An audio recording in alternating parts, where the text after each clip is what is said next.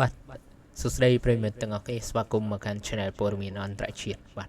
អញ្ចឹងថ្ងៃនេះផងដែរគឺយើងនឹងលើក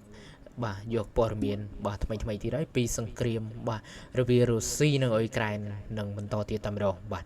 អញ្ចឹងកាលពីថ្ងៃសៅរ៍បាទទី29បាទខែមិថុនានេះផងដែរកងទ័ពរុស្ស៊ីបាទបានប្រើប្រាស់បាទគ្រឿងសព្វាវុធបាទប្រយុទ្ធជាច្រើនមានដូចជាដ្រូនប្រហែលជាបាទ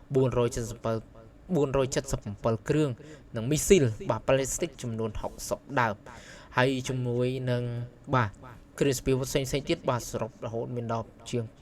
537គ្រឿងដើម្បីវាយប្រហារទៅលើអ៊ុយក្រែនផងដែរបាទប្រិមិត្ត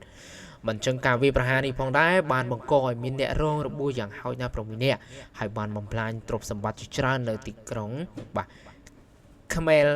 បាទអធិស្ឋានបែរជាខ្ញុំអានអត់ត្រូវបងប្អូនណាបាទហើយជា Kemel បាទ Niski នៅតំបន់ផ្សេងទៀតបងប្អូនបាទអញ្ចឹងប្រធានាធិបតីបាទលោក Zelensky ក៏បាននិយាយថាបាទទីក្រុងមូស្គូនឹងមិនឈប់នៃអំណាចនៃការវាយប្រហារនេះឡើយហើយអ៊ុយក្រែនក៏ត្រូវការជំនួយបន្ថែមដូចជាបាទយន្តហោះ F16 និងប្រព័ន្ធការពារអាកាសដើម្បីការពារសង្គមនិងកងទ័ពនិងប្រជាពលរដ្ឋបាទនៅក្នុងប្រទេសអ៊ុយក្រែនផងដែរបាទយើងបើកវងចោតិចបាទគូជាផងដែរថាបាទយន្តហោះ F16 នេះគឺជាយន្តហោះបាទចម្បាំងបាទខ្នាតទំនើបផងដែរបាទប៉ុន្តែដូចជាមិនទាន់ដូចជាបើតាមអ្វីដែលខ្ញុំគិតគឺយន្តហោះនេះគឺដូចជាសភាវុធរបស់សហរដ្ឋអាមេរិកបាទប្រិមិត្តអញ្ចឹងក្រសួងការពារជាតិបាទក៏បានជម្រាបផងដែរថាអ៊ុយក្រែនក៏បានបាទទប់ស្កាត់ដ្រូនបាទបានប្រហែលជា475គ្រឿងនិងមីស៊ីលប៉ាឡេស្ទិកចំនួន38ដើមក៏ប៉ុន្តែបាទទប់ស្កាត់បានប៉ុណ្ណឹងបាទចំនួនទូលេខគឺខ្ពស់ប៉ុន្តែនៅតែមានបាទដ្រូននិងមីស៊ីលផ្សេងទៀតបាទវាយប្រហារចូលទៅ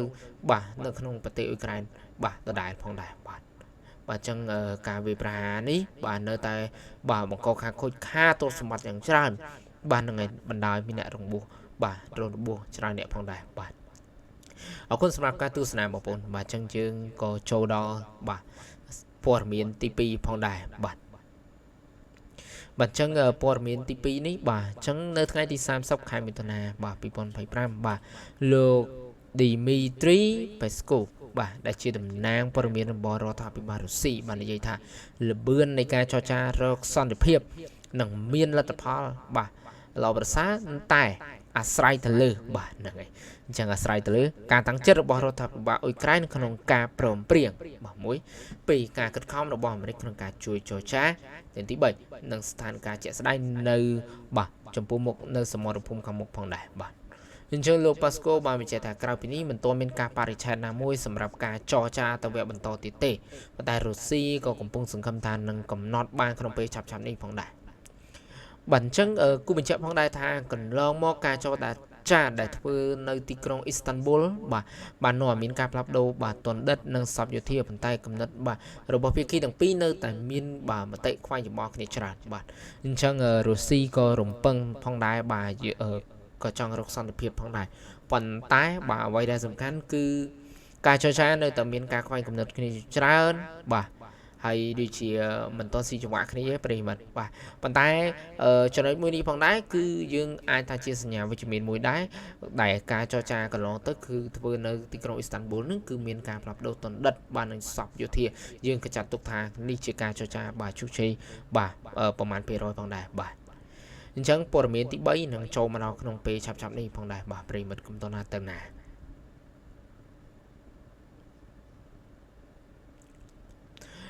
បាទសួស្តីបងប្អូនទាំងអស់គ្នាបាទចឹងស្វាគមន៍មកកាន់បាទ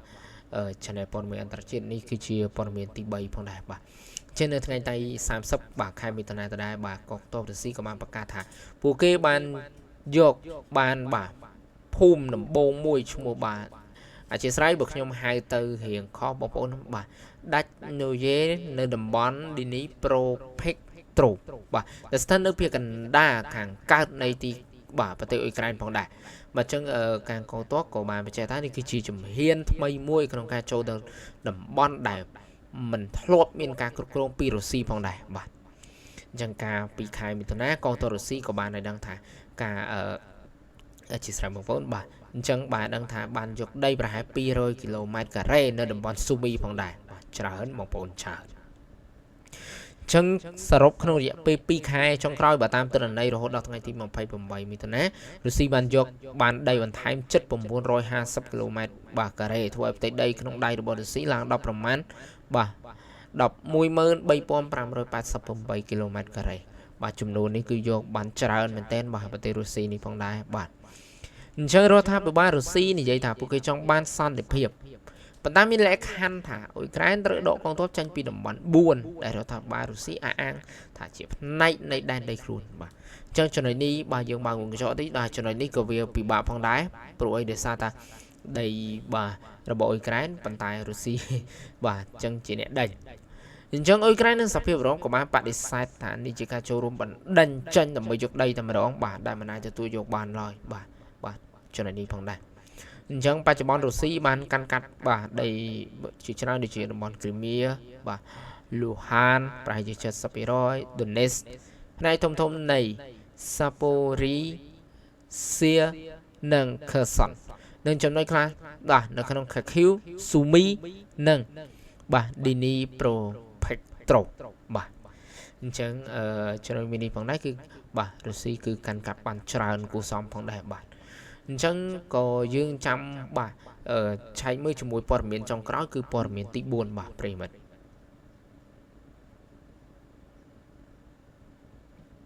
បាទស្វាគមន៍មកកាន់ចំណុចព័ត៌មានអន្តរជាតិបាទអញ្ចឹងជាមួយគ្នានេះផងដែរគឺនៅថ្ងៃទី30បាទនៅថ្ងៃទី30គឺយើងមានព័ត៌មានបាទច្រើនបាទអញ្ចឹងរដ្ឋមន្ត្រីការបរទេសអាល្លឺម៉ង់អាណាឡេណាបែបកបានមកដល់ទីក្រុងគៀវដើម្បីពិភាក្សាអំពីការផ្ដល់ជំនួយបន្ថែមបាទអញ្ចឹងបាទខាងអ៊ុយក្រែនក៏រៀងមានសង្ឃឹមទីដែរបាទរដ្ឋមន្ត្រីការបរទេសអាល្លឺម៉ង់បាទចូលមកជួបចរចាហ្នឹងបាទអញ្ចឹងលោកបែបកបានប្រកាសថាអាល្លឺម៉ង់នឹងបន្តឈរជាប់ក្បែរអ៊ុយក្រែនដែលផ្ដោតទៅលើការផ្ដល់ប្រព័ន្ធការពារក្រុមមីស៊ីលនៅវត្តសំរុំបាទជំនួយវិស្វករនិងសេដ្ឋកិច្ចដើម្បីជួយអ៊ុយក្រែនបាទអាចការពារខ្លួនបានដោយជោគជ័យចឹងការធ្វើឡើងនេះបន្ទាប់ពីរុស្ស៊ីបានវិវត្តយ៉ាងខ្លាំងដោយប្រើដ្រូនបា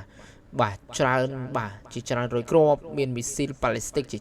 បាទជាច្រើនផងដែរនៅថ្ងៃអាទិត្យមុននេះបាទដូចខ្ញុំគូបញ្ជាក់ផងដែរគឺនៅបាទព័ត៌មានខាងដើមហ្នឹងអញ្ចឹងបាទអញ្ចឹងអាល្លឺម៉ង់គឺជាប្រទេសគ្រប់គ្រងជំនួយយោធាធំទី2ដោយនៅបាទពីក្រោយសហរដ្ឋអាមេរិកបាទអញ្ចឹងលោកបែបកក៏បានបាទរំពឹងថាអ៊ុយក្រែនបាទត្រូវការជួយបន្ថែមក្នុងការការពារក្រុមមីស៊ីដើម្បីការពារសាធារណជនសេដ្ឋកិច្ចនិងក្នុងប្រទេសជាដើមបាទ